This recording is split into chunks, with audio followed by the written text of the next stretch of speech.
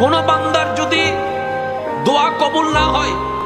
হাশরের ময়দানে আল্লাহ তাআলা তার করা প্রত্যেকটি দোয়ার বিপরীতে তাকে নাজ নিয়ামত দিয়ে এমন ভাবে ভরপুর করে দিবেন, সেই ব্যক্তি ওই নিয়ামত পাওয়ার পরে জিজ্ঞেস করবে এই নিয়ামতের কারণ কি। ফেরেশতারা তাকে জানাবে যে তুমি দোয়া করেছো, তোমার দোয়া যেগুলো কবুল হয় নাই সবগুলো আল্লাহ পাক রহমত দিয়ে সেভ করে রেখেছেন, সংরক্ষণ করে রেখেছেন। ওই মন খারাপের মধ্যে তুমি ধৈর্য ধারণ করেছো, আল্লাহর উপর নারাজ করো নাই, শুকরিয়া করেছো, নারাজ হও নাই, ওই নিয়ামতগুলা, ওই করা দোয়াগুলা আজকে আল্লাহ পাক তোমাকে নিয়ামত দিয়ে ভরপুর করে দিয়েছেন, গুনাহ মাফ দিয়ে নিয়ামত দিয়ে ভরপুর করে দিয়েছেন, জান্নাতের নিয়ামত দিয়ে তোমাকে ধন্য করেছেন। সেই দিন সেই ব্যক্তি বলবে, ইস,